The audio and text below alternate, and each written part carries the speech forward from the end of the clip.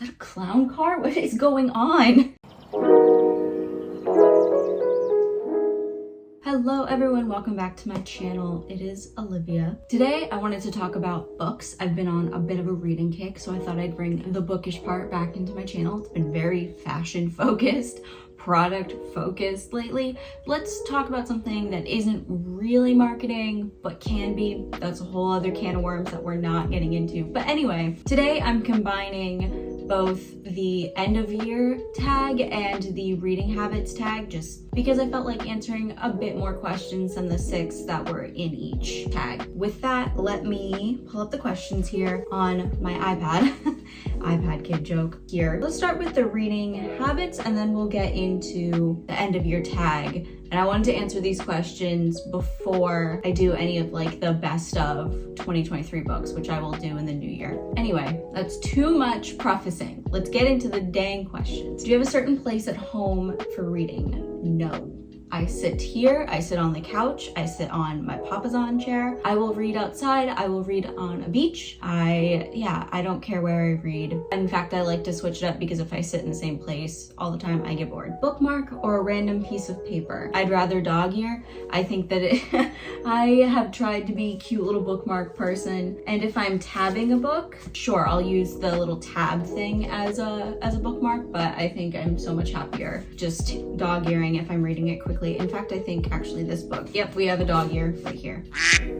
And tabs, we have both. Can you just stop reading or do you have to stop after a chapter or a certain amount of pages? I would rather just stop reading. Like if I lose interest, it's not worth pushing to, for me at least, pushing to the end of the chapter when I get bored, because it's gonna make me completely lose interest in the book. I'll just stop. And luckily my memory is still good enough that I remember what I was reading. Do you eat or drink while reading? I try to, and then I forget about my food or my tea or my coffee and it just gets cold or I let it sit. I'll bring a snack, but I usually don't. Multitasking, music or TV while reading? The only thing that I will put on are those soundscapes that you see on YouTube, like, you know, cabin in the woods, where it's like raining and soft and relaxing, or it's like a crackling fire. That's what I'll put on, but I'm usually not watching TV or listening to music. I think I would forget everything. But if I'm listening to an audiobook, I have to be doing something with my hands, or else I'll end up on social media and not pay attention to what I'm listening to. One book at a time or several at once? I usually have one physical book, one audiobook, and I'll switch between the two. And they're usually different genres and different, like,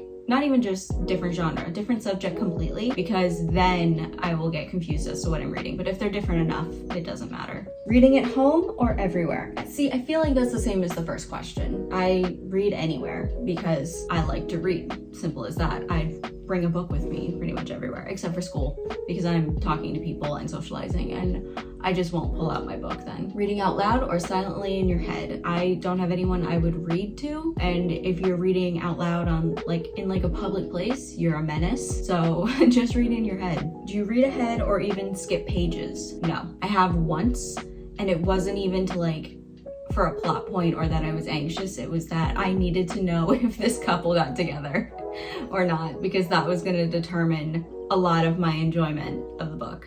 I was like, I have to know, how does it happen? But that I've only done that once, and it was in Conjuring of Light. What's the last? A Gathering of Shadows. What's the last book in the original arc for Shades of Magic? That's when I did it. Breaking the spine or keeping it like new? Break the spine. I'm a hardcover person, so you want to bend the spine a little bit so it's easier to read. But for paperbacks like this big one right here, I will fully bend it. You can see all the creases in the spine here if you were closer. Bend it back, make sure, I don't know, I'm very tactile with my books. I highlight, I write, which actually I believe is the last question. Yes. Do you write in your books? Yeah, I write in my books. I highlight, I tab them, I bend them all the way back so I can hold them comfortably in my hand. I hate when I see people's personal libraries look great when all of their books are pristine, but when you get up close, or if you're browsing someone else's library in their home, if you've been invited over, and I see perfect books, I'm like, so you didn't read them? Make a book look well loved and you actually used it. And now let's move on to the end of year questions. So, are there any books you started this year that you did not finish? Well, let me go over all of my DNF books. The books I did not finish are, let me pull up my story graph. Priority of the Orange Tree, I just lost interest. I will finish it eventually. I'm about 300 pages in. It is good, it's well written, it's very complex. I just have a lot of schoolwork to do and I don't have the time to dedicate to remembering all the characters and plot points right now. Then, before that, I DNF'd the audiobook of The Bridge Kingdom. That is bad fanfic. I'm so mad at Book Talk for telling me that that was a good fantasy romance. I have to stop taking your recommendations because awful. I've gotten nothing but awful recommendations from them recently. Wuthering Heights by Emily Bronte. I think I mentioned in my mid-year check-in that I wanted to finish this. I DNF'd it because I lost interest. It's not a never again DNF. There are a couple of here that I'm like, I'm never picking this up again. This one, I'll get to it eventually. And I've actually picked up Jane Eyre again because I picked it up and put it down and now I'm listening to the audiobook and I will finish it by the end of the year. Funny You Should Ask by Alyssa Sussman. This was terrible. I put a review on my Instagram about how terrible it was. I DNF'd it at page, 142. It was just stupid, so the idea is that it's based on like a second chance or a what if situation if this journalist started dating a Chris Evans type person, and I don't know if it's just because Chris Evans has given me a major ick recently, or actually it's that in conjunction with the fact that this was poorly researched and poorly written, so just terrible. Another one that was recommended to me by Book Talk. I hated it. Ninth House by Leigh Bardugo. I love Leigh Bardugo. I obviously love the Grishaverse so much. I'm very sad that that Shadow and Bone TV show got canceled. Whatever, it's fine. This book, however, it just something about it, I wasn't super into it. And it's the type of dark academia where it's about privilege, and I'm very interested in that because I think so much dark academia is about academic competition and fails to acknowledge the privilege that comes with being able to attend these high profile institutions that reaffirm just all of the isms I can't even go into right now, or reaffirm the dominant culture. That's the better way to phrase that. I don't know. This one though, it kind of actively challenges that and has a really good, a darker magic tone to it. I just couldn't get into it. I know that they're making a TV show or something like that. That's going to be on Amazon Prime, and I think that that'll be good. And maybe I'll pick it up then after I watch the first episode, but I don't know. I couldn't get into it. This is also one that I'm like, it's not something I'm going to pick up again soon, but it's not a never again. Next is Happy Place by Emily Henry. I decided I hate fake dating and I hate second chance romance, and it's a shame because this one, I pre-ordered it and it's signed by Emily Henry because I love book lovers and I love beach read. I hate People We Meet on Vacation. I think that one's terrible. And so she really disappointed me with this. I got maybe 50 pages into it, 50 or 60 pages into it. And I just thought that the love interest was a dick, basically. And I was like, oh my God, I can't watch this girl fall in love with this person. And it's a shame because even her next book doesn't sound super great to me. And I'm kind of sad that I paid for that ahead of time because I thought it was going to be great. It was disappointing. So I don't know, maybe I'll pick it up again sooner. But at the moment, I'm feeling kind of jaded about love and relationships. So it's just and men in general. So I'm not interested in a straight toxic relationship because that's how it felt reading it. Next is 1,000 Ships by Natalie Haynes. This was supposed to be about the women during the siege of Troy. It was just slow and it was fine. I wanted to read more Greek mythology and I don't think that's the one for me. The Romantic Agenda by Claire Kahn. It's supposed to be like an asexual romance. The main character was insufferable, so I DNF'd it. Next is A Light in the Flame, which is the second book in the prequel series for From Blood and Ash. And it just, the poor editing and poorly written aspect of those books kind of came to a head for me with this one. So I will be getting rid of the hardcovers I have of those books and never touching them again. I DNF'd a ton of books this year. I couldn't get into anything I was reading, and that's okay. This is That Time I Got Drunk and Yeeted a Love Potion at a Werewolf by Kimberly Lemming. I read the first one which is That Time I Got Drunk and Saved a Demon. That one was great. This one was just a regurgitated version of that, so I didn't want to read the same thing twice so close together. I don't think this one is bad because of how charming the first one was. I can't read the same shit over and over again. I don't know how you people do that. And then this next one's gonna surprise you because of how I feel about this author. So this is Vengeful from V.E. Schwab. It's the second book in the Villainous series, which I know she's writing the third one right now. I did not like this book. I liked the first one. I thought it was an interesting concept, but again, I found that this one was just a regurgitated version of the first book, and I was like, well, why am I reading the same story twice? Like, it's like, how do I put this? So you know how there's The Little Mermaid and The Little Mermaid 2, Stay With Me, and how it really is just the same characters learning the same lesson again, and they're just a little older?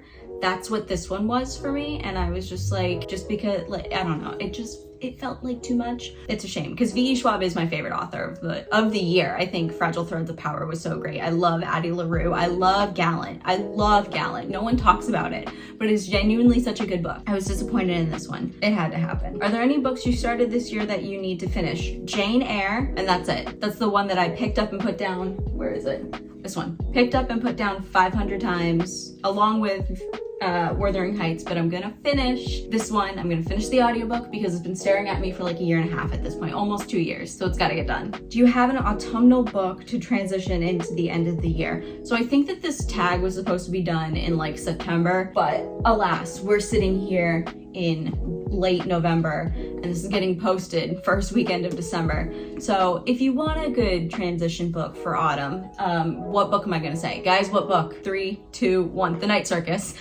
by Erin Morgenstern. This one is just my favorite autumn book. I reread it in August to get ready for the end of the year, and it's so good. It's always good. I'm gonna reread it every year for the rest of my life, probably. Is there a new release you're still waiting for? No. I read Fragile Threads of Power by V.E. Schwab, and I fucking loved it. It was so good. Tracy Dion announced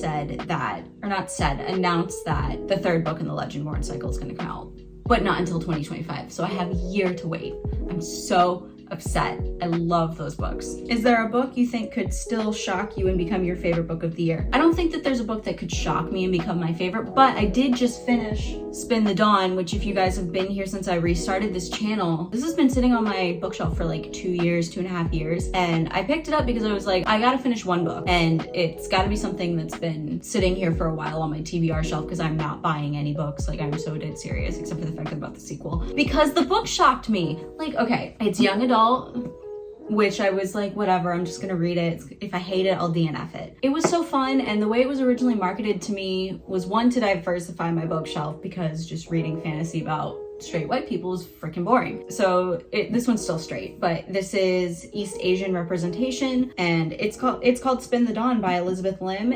It is so good, and it was originally marketed to me as Project Runway meets Mulan. And I'm not super familiar with the Mulan legend, but I feel like that is reductive of the fact that it has its own magic system. And yes, she is a tailor, which is why people are like, oh, it's Project Runway. Very, very reductive. That's like the first 100 pages, if that. And there's a little bit of romance in there. It's so cute, and it's like a little tropey at times, but in a fun way. And it was just entertaining, and I was like, I thought I was gonna hate this. I thought I was gonna drag my feet. It was such a good, quick, fun read. So I'm glad I read it, and I'm glad I got the sequel, and I'm gonna finish it quickly, probably by the end of the year, and that'll be my 20 books, and I'll hit my reading goal. So it's good. Have you already started making reading plans for 2021? No. The only thing that I've decided I'm not gonna do is on the app that I track my reading goals with, is I'm no longer gonna set a page goal or an audiobook like hour goal. I think I'm just gonna set number of books. My life is gonna be in flux in about 7 months, because I will have graduated graduate school. I will have gotten my master's degree, and I will hopefully be moving and getting a better paying job, which is the whole reason I got the master's degree in the first place. We'll see. I think I'm gonna set my goal at 20 books again, and by June I will decide maybe I need to push it up or actually no, probably, I don't know. It depends on everything that happens if I have a job lined up or not. So very up in the air. So 20 books I think is a good number. I think that that's a good average person number as well. Normal people don't read more than maybe 5 books a year, if that. Majority of the people I know don't even read any books whatsoever. So we'll see what I decide to do for 2024. Holy shit. I also turned 30 in July. Oh God.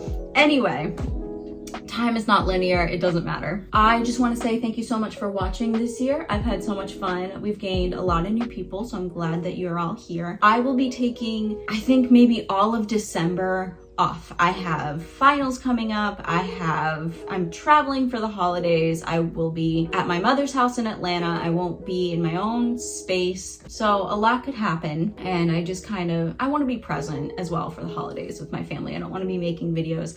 I am on Instagram every single day of my goddamn life. So if you want to keep up with me, you can follow me there. All social media links are linked in the description. And with that, subscribe, comment, tell me your favorite book of the year, and I will see you guys in 2024. Bye.